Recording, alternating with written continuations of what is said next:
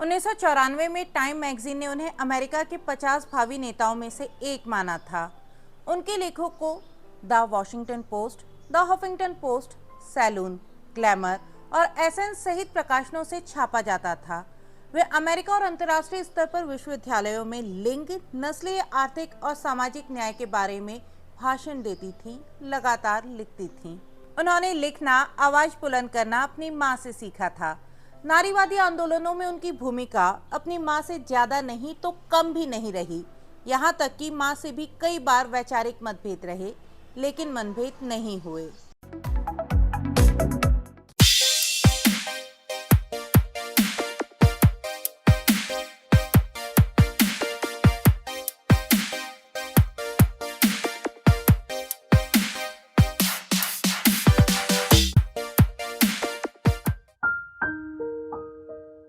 नमस्कार, मैं श्रुति अग्रवाल औरतनामा में आज दास्तान सुना रही हूँ एलिस वॉकर की लाडली रेबेका वॉकर की।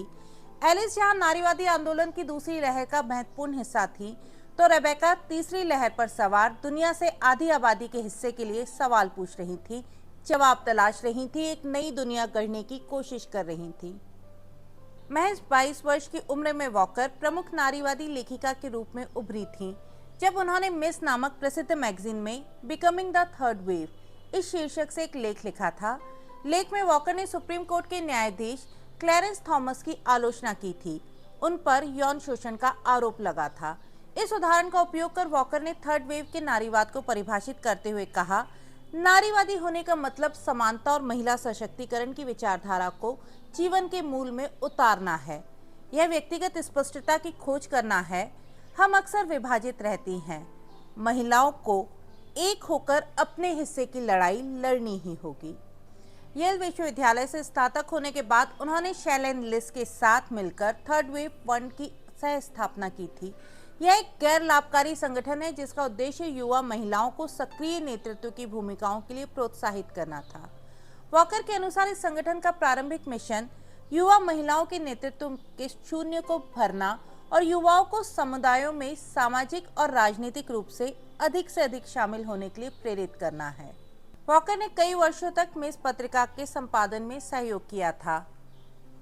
To be real, telling the truth and changing the face of feminism, Rebecca Walker ने इस संकलन का संपादन किया था, जिसमें कई नारीवादी लेखकों के निबंध शामिल हैं। इस संग्रह का उद्देश्य नारीवादी आंदोलन के भीतर की अलग अलग आवाजों का प्रतिनिधित्व करना था। 2001 में उनकी किताब black, white and Jewish autobiography of a shifting self प्रकाशित हुई। यह किताब उनके खुद के जीवन के खट्टे मीठे अनुभवों पर आधारित थी।